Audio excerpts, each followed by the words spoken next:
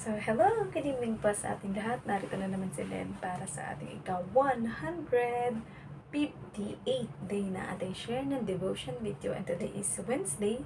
Ayan, dumating na ang aking alaga mula sa kanyang 3 araw na camping at marami akong dapat labhan ng mga damit niya at mga gamit na ginamit sa camping. So, bago po ang lahat ay huwag natin kakalimutan na magpasalamat sa ating Panginoon para sa mapagpalang araw na napagtagumpayan na naman natin ngayon. So, let us all pray. Ama naming Diyos na makapangyarihan sa lahat, pinupuri at pinasasalamatan ka po namin, Panginoon. Nawa, Panginoon, ay kayo ang mapapurihan at madakila sa aming gagawin, Panginoon. Lalo higit, Panginoon, salamat dahil sa buhay, kalakasan at hininga na muling ipinagkaloob nyo sa aming Panginoon. At alam po namin, Panginoon, na ang lahat ng mga biyaya at mga pagsubok man, Panginoon, ay pinapahintulutan ninyo, Panginoon, na maranasan namin nang sa gayon ay mas lalong tumibay at tumatag ang aming relasyon at ang aming pananalig at pananampalataya sa inyo, Panginoon. Gayon din po, Panginoon, dinadalangin namin at patuloy na pinasasalamatan, Panginoon, at tinapos na gawa ng iyong anak na si Jesus, Panginoon, sa krus na pagtubos sa aming mga kasalanan. Kaya kami ay matagumpay na at may kalayaan, Panginoon, na ipahayag ang tinapos niyang gawa sa krus, Panginoon. Kaya din, Panginoon, sa aming gagawin na ito na palagi ang pagbubulay-bulay o pagdidevotion, Panginoon. We pray, Lord God, na kayo po ang ihipo sa puso, isip at kaluluwa ng bawat makikinig, Panginoon, at maging kaligayahan namin lagi, Panginoon, na maggawa ng devotion na ito, Panginoon, nang sa gayon ay maging kasangkapan o instrumento ninyo, Panginoon, nang sa gayon ay makapakinig sa araw-araw ang aming kapwa, Panginoon, ng inyong mga mabuting balita, Panginoon.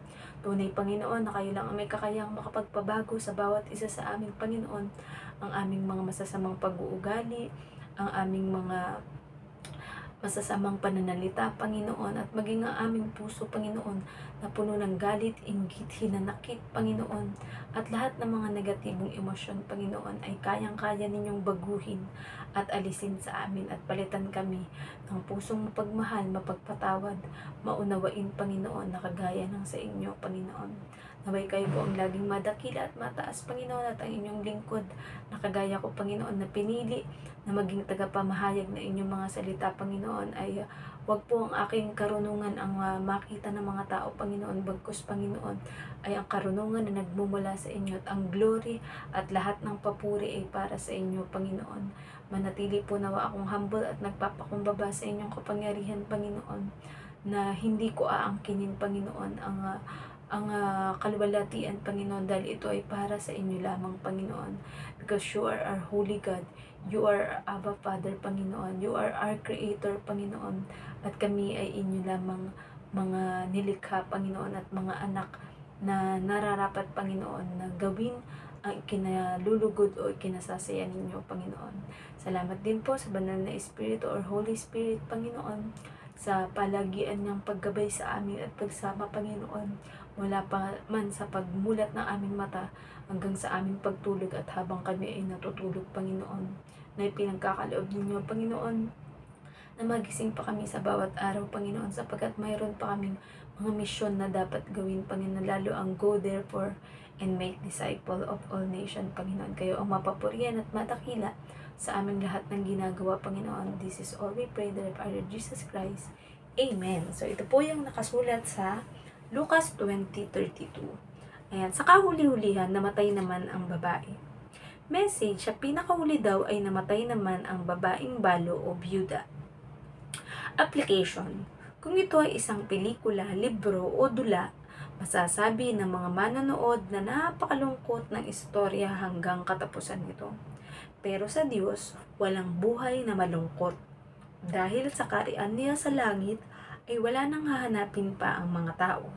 Dahil kung dito sa lupa o sa mundo ay hinahanap ng bawat tao ang makakain, kayamanan, pag-ibig, relasyon, pamilya at mahabang buhay, di nila alam na kahit anong pagsusumikap nila na makamit ang lahat, ang dulo ng buhay natin dito ay may wakas. Maaring bata ka pa mamatay, maaring sanggol, maaring kabataan, maaring may sapat na gulang o sobrang tanda. Pero bihira na lumagpas ang tao ng edad na 150. Kaya aanhin mo ang pansamantala kung sa kaharian naman ng Diyos ay walang hanggan. Mas mabuting sa bawat araw ng ating buhay ay ini-enjoy natin ito para lubos na makilala ang Diyos at si Jesus. Mahalin ang kapwa, matulungan ang kapwa at maging kawangis ng Diyos o ni Jesus sa ating bawat kilos, pananalita o asal. Dahil ang mga ginagawa natin dito sa mundo ang makakapagsabi kung saan ang final destination natin sa kabilang buhay. So, purihin ang pagkabasa ng salita ng Diyos, diba? So, yun na nga, sa ending ay namatay na rin ang babaeng byuda, diba? So, bali, 8 na sila na namatay kasi yung 7 na magkakapatid na lalaki na naging asawa niya at sa bandang huli ay siya naman.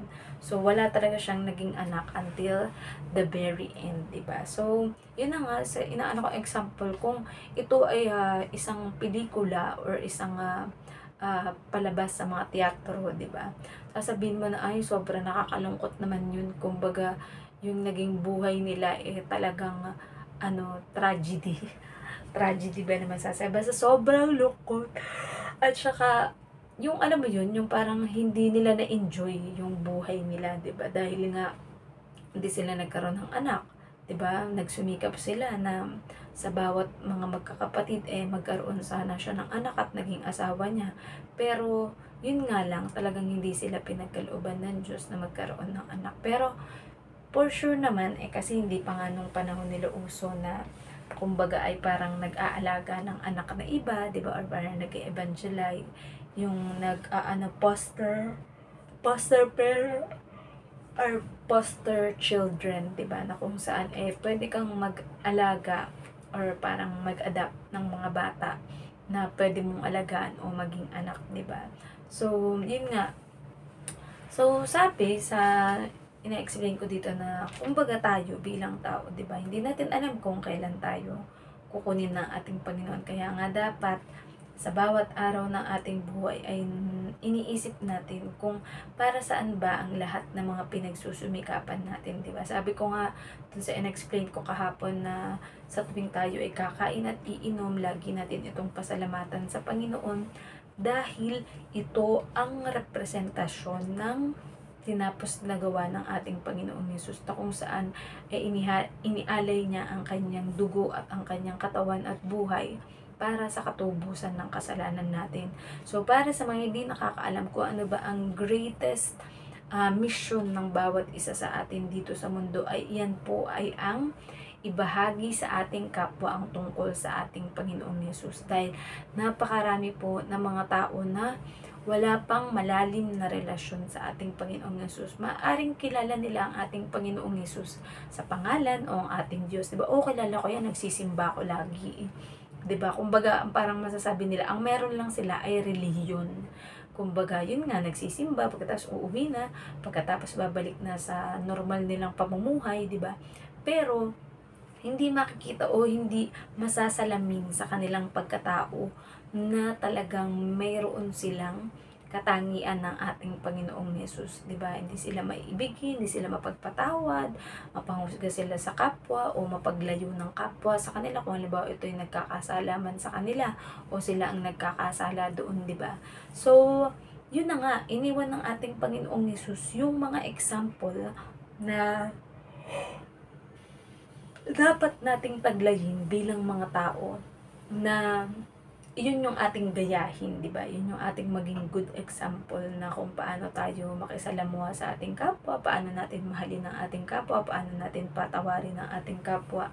Dahil, ayun na nga, hindi natin masasabi, merong iba pag talagang sobrang healthy ka at pinagpala ka, gaya na nga si Apo Wang-od, yung sa Baguio na sikat na nagtatato ng tinta galing sa pang etniko yata, yung pang etniko na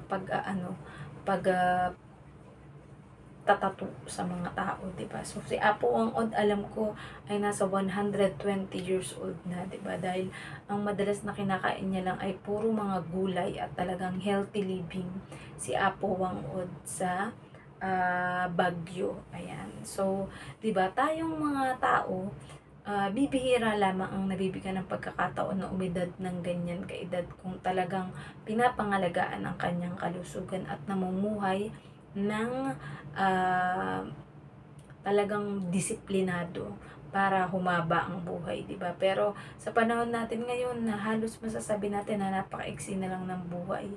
Kumbaga, merong namamatay ng bata, merong namamatay ng kabataan, merong namamatay ng nasa tamang edad na, at meron din naman na sobrang tanda na.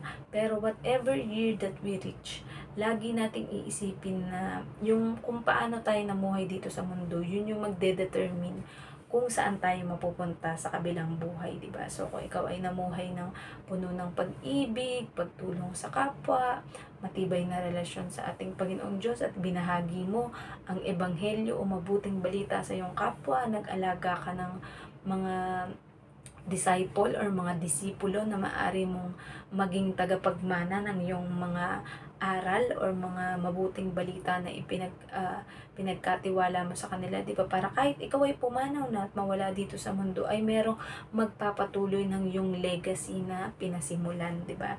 Ito man ay yung mga anak, mga apo, mga kaibigan, kakilala, di ba? So, hindi nila mapipigilan once that they know the salvation that we have in Jesus Christ sa kanyang tinapos na gawa sa krus, ay hindi mapipigil ng bawat isa na hindi ito ipagkalat or sabihin sa bawat isa, 'di ba? Lalo na kapag talagang yung naging pagmamahal nila at pananampalataya sa ating Panginoong Diyos at sa ating Panginoong Hesus ay solid at talagang malalim, 'di ba? Talagang hindi mapipigil na, sabi nga, kapag in love ka sa isang tao, ay hindi mo mapipigil na lagi itong maging bukang bibig, 'di ba? Lahat ng mga mabubuti tungkol sa taong yun lagi-lagi mong sasabihin at magiging bukang bibig, 'di ba? Yung mga alaala na mga magagandang alaala ninyo na kahit siya ay lumisan na or pumanaw na at nawala na dito sa mundo, ay yun yung maiiwan sa iyo na maaari mo ring maikwento sa iba, 'di ba? So, nawa ay i-dedicate natin ang ating sarili na maibahagi sa bawat isa ang mabuting balita ng ating Panginoong Hesus at ng ating Diyos, nang sa gayon pag dumating na tayo sa ating final destination, ay masasabi sa atin ng ating Diyos Ama sa kanyang kaharian na, "Well done, good and faithful servant." Alam ko sa mga naglilingkod sa ating Panginoon ay yan yung pinakaaasam ng bawat isa na marinig na sasabihin ng ating Panginoong Diyos kapag nilisan na ang mundong ito at ang ating espiritu ay bumalik na sa Diyos na siyang nagkaloob nito. Kaya nawa po ay may natutunan kayo sa ating share ng devotion video ngayon na tayo po ay mag-end na into prayer. So, Ama namin Diyos, makapagalan sa lahat, narito po kami, Panginoon, at nagpapasalamat sa panibagong pag-aaral ng inyong mga salita, Panginoon. Tunay nga na bagamat umidad man kami hanggang 150 years old, Panginoon, ito ay maigsi pa rin maituturing, Panginoon, sa panghabang buhay at walang hanggan na buhay na mararanasan namin sa inyong kaharian, Panginoon. Tulungan niyo po kami na maging malakas, Panginoon, at huwag ikahiya, Panginoon, ang inyong ebanghelyo o mabuting balita na ipagsabi at ipagkalat sa lahat ng mga tao na aming makakausap at makakasalamuha, Panginoon. At nawa ang aming buhay at aming pamumuhay, Panginoon, ay maging kalugod-lugod at nakakapagpasaya sa inyo, Panginoon, dahil sinusunod namin ang inyong kalooban at ang nais ninyo na gawin namin habang kami ay nabubuhay dito sa mundo, Panginoon. At alam namin, Panginoon, na sa pagparian namin, Panginoon, sa inyong kaharian, ay masasabi niyo sa bawat isa sa amin ang, "Well done, good and faithful servant," Panginoon. Na nawa hindi lang kami mabuhay na may relihiyon, Panginoon, kundi may matibay na relasyon at matibay na pananalig at pananampalataya sa inyo, Panginoon. Ngayon din, Panginoon, dinadalangin ko po ang lahat ng tao, Panginoon, na dumadanas ng mga pinansyal na mga problema, mga pagkakautang, mga sa trabaho, sa negosyo, Panginoon, mga pinagkakakitaan, mga nais ipatayo at nais ipagawa, Panginoon, o bilihin ng mga bagay, Panginoon, na nawa ay maging kagamit-gamit para sa pagpapalaganap ng inyong ebanghelyo o mabuting balita, Panginoon, ay alam namin, Panginoon, na ipoprovide nyo, Panginoon, sapagat kayo ang Diyos na may-ari, ng lahat ng bagay at lahat ng naririto sa mundo, Panginoon. Kayo ang lumikha ng mga ito, Panginoon, at kayo rin ang may kakayahan na ibigay ito sa mga nararapat na pagbigyan, Panginoon. Ngayon din, Panginoon, dinadalangin din po namin ang lahat may mga sakit o karamdaman, Panginoon, na physical, emotional, or spiritual, Panginoon, na kayo, Panginoon, ang may kakayahan din, Panginoon, na magpagaling sa mga sakit na ito, Panginoon. At kung inyong minarapat, Panginoon, na lisanin na ng isang tao, Panginoon, ang mundong ito, Panginoon, ay kayo pa rin ang nakakaalam kung ano ang mas mabuti sa amin, Panginoon. Dahil kayo naman ang nagbigay sa amin ng buhay at hininga at lakas na mayroon kami, Panginoon. Nawa, Panginoon, ano man ang mayroon kami, Panginoon, ay gamitin namin para sa ikaluluwalhati at ikakataas ng inyong dakilang pangalan, Panginoon. Ganyan din, Panginoon, ang aming pakikisalamuha sa aming kapwa socially, Panginoon. We pray, Lord God, na ang lahat ng mga pag-aaway-away, ng mga inggitan, Panginoon, na mga masasamang balak o masamang gustong gawin sa kanyang kapwa, Panginoon, ay winawasak at sinisira po namin ang mga kampon ng kasamaan, Panginoon, maging si Satanas, Panginoon, ang kanyang mga nais gawin, Panginoon, upang agawin kami sa pagkakahawak niyo sa amin, Panginoon, ay hindi ninyo papayagan at hindi ninyo mamarapating mangyari, Panginoon, sapagkat mahal ninyo kami, Panginoon, bilang aming Abba Father, Panginoon, at nais nyo na ang makakabuti ng mga bagay para sa amin, Panginoon. Lalong higit ang makasama kayo sa inyong kaharian, Panginoon. Kaya alam po namin na kung wala kayo sa amin, Panginoon, na hindi namin kakayanin ito, Panginoon, sapagkat kayo ang nagbibigay lakas sa amin, Panginoon.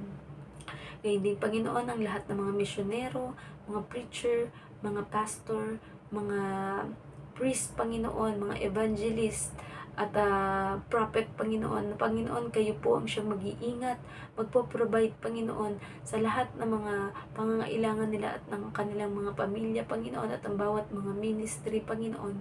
At ang lahat ng mga sasakyan na ginagamit nila, Panginoon, panghimpapawid man, panlupa, Panginoon, o pandagat, Panginoon, ay kayo ang siyang mag-iingat, Panginoon, upang makarating at makabalik sila sa lugar na pupuntahan at uuwian, Panginoon, ng ligtas, Panginoon. Ngayon din, Panginoon, ang bawat mga bansa, Panginoon, at mga leader ng bawat bansa, Panginoon, mula sa presidente hanggang sa pinakamababa na parte ng lipunan, Panginoon, ng pamilya at mga mamamayan ng isang bansa, Panginoon, ay pinapanalangin na magkaroon ng pagkakaisa, pagmamahalan, pag-uunawaan, Panginoon, upang umunlad ang bawat bansa, Panginoon, lalong higit ang aming bansang Pilipinas, Panginoon, ang inyong bansang, piniling bansang Israel, Panginoon, na nawa ay mas marami pa, Panginoon, ang makakilala sa inyong anak na si Jesus at tanggapin bilang Diyos at tagapagligtas, Panginoon, at talikdan na nila, Panginoon, ang maling paniniwala, Panginoon, tungkol sa kaligtasan, Panginoon, na hindi namin ito magagawa sa pamamagitan ng sarili naming mga gawa at kahit pinakamabuti pa naming gawin, Panginoon, para sa inyong harapan ay hindi pa rin makasasapat. Tanging ang dugo at ang tinapos na gawa lamang ng inyong anak na si Jesus, Panginoon, ang katanggap-tanggap sa inyong harapan, Panginoon. Ngayon din po, dinadalangin namin na wala nang mangyaring mga gera, Panginoon, o kaguluhan at pag-aaway-away ng mga bansa, Panginoon.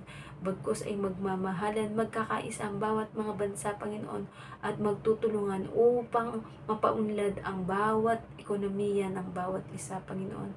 Tunay na kayo ang Diyos ng kapayapaan, kayo ang Diyos ng pag-ibig, kayo ang kaliwanagan, Panginoon, sa bawat puso, isip at kaluluwa ng bawat isa, Panginoon. Lalong higit kapag hinayaan na maghari kayo, Panginoon, sa aming mga buhay, Panginoon, ay ang tunay na kaligayahan at wala nang hahanapin pa ay makakamit ng mga tao kahit dito man sa mundo at lalong higit sa inyong kaharian dyan sa langit, Panginoon.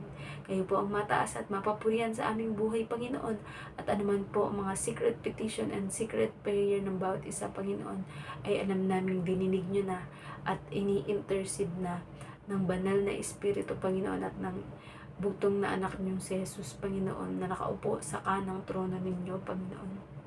At alam, Panginoon, ang lahat ng mga pinagdaanan at dinanas ng bawat tao, Panginoon. Kaya we are more than conqueror and we are overcomer because the Holy Spirit is in us that was given by you, our God. Muli, binabalik po namin ang lahat ng papuri at pasasalamat sa tanging pangalan ng inyong bugtong na anak na si Jesus. Amen. Good night pa sa ating lahat and God bless. Bye-bye.